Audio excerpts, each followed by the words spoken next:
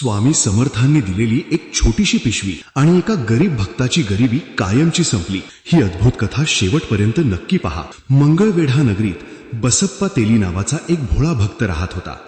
अतिशय गरीब पण मनाने अपार श्रीमंत।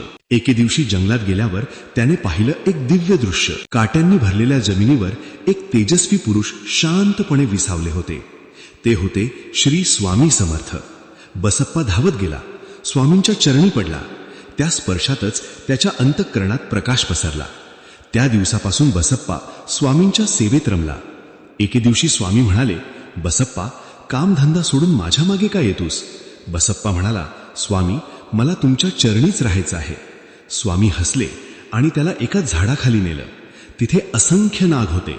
स्वामी म्हणाले, एक नाग घे आणि पिशवीत घाल। घरी गेल्यावर बसप्पाने पिशवी उघडली आणि आश्चर्य, तो नाग सोन्याचा झाला होता।